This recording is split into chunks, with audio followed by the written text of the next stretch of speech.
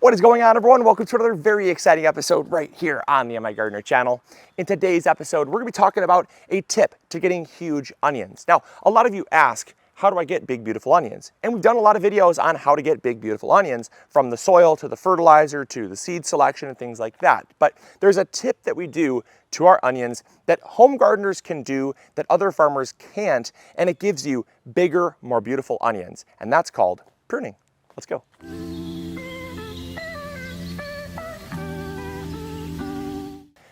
All right, so you've got onions in the ground, you picked the right varieties, you got the right type of soil, you got the right type of fertilizer, your plants are looking great, but there's one thing stopping you from getting average sized onions or giant onions, and that's preserving the neck. Now you see, the neck of the onion is kind of like the heart of the onion. So you see, like our heart keeps us alive. Well, the neck of the onion, believe it or not, is what keeps the onion alive, or really like growing for you. You see, the neck of the onion is what transports nutrients and water and energy from the leaves down to the bulb. And so when the neck of the onion crimps, that's what sends a signal to the bulb, I'm done growing and I'm ready to go dormant for the winter, because onions are a biennial. And what a biennial does is it grows the first year, stores energy down in either the roots or a bulb or a tuber, and then it'll grow the second year, the following year, and it will flower.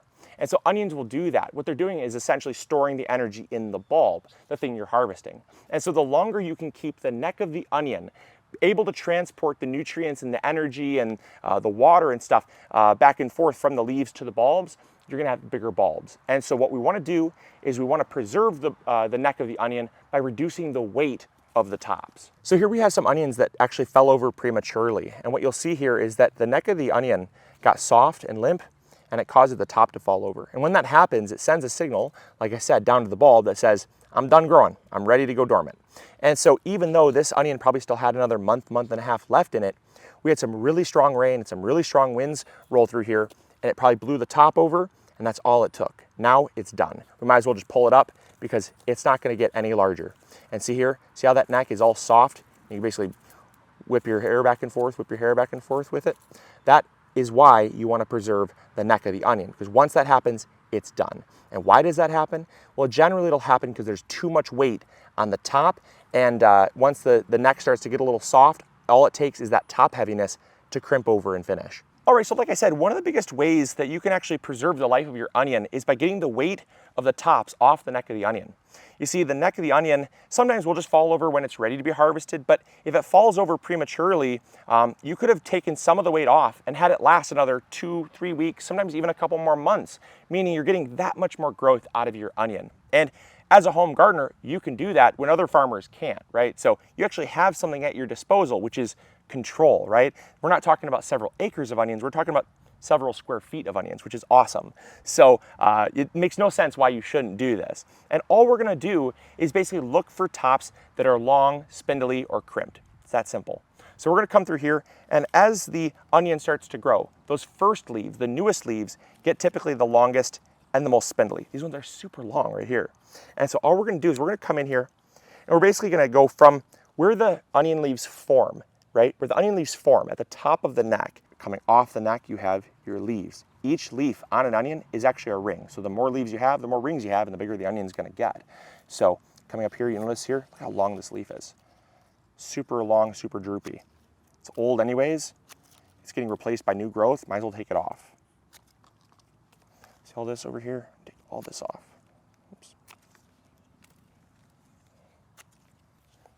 Taking all that off. That's a lot of weight on the top of the onion, especially once you add it up. Right? This one right here is totally crimped, totally falling right over. Some world-class onion growers, that is a thing, they actually grow competition-sized onions. Sometimes what they'll do is they'll actually take tomato cages, those cheap little dinky tomato cages, and they'll put them around their onions and use those to actually hold the leaves up and support the weight of the onion, right? So that's something that people actually do. Now, we're not gonna do that because they're too close, and we're not growing world-class size onions. We're just growing some beautiful sweet onions here. So I'm just taking some of the weight off, and that's really gonna help. See, you notice that little crimp there? Look at that, see? That crimp is what we don't want. That is eventually going to end the life of the onion. Now, a lot of people ask, well, what about all the hollow stems, right? You're creating some hollow stems. When you cut these, They're hollow, right? And so because they're hollow, won't that invite things like bugs? Won't that invite things like water and disease? And the answer is no, it won't. And the reason why is that this will only stay open like this for maybe about a day or two.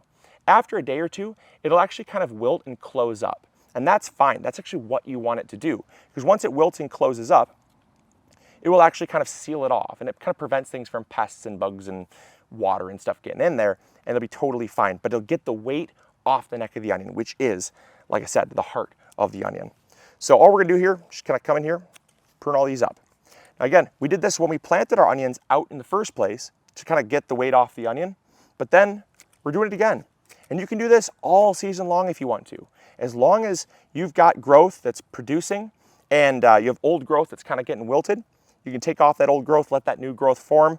It's gonna keep the neck nice and firm. That just about does it. Our onions look incredible, super happy with them.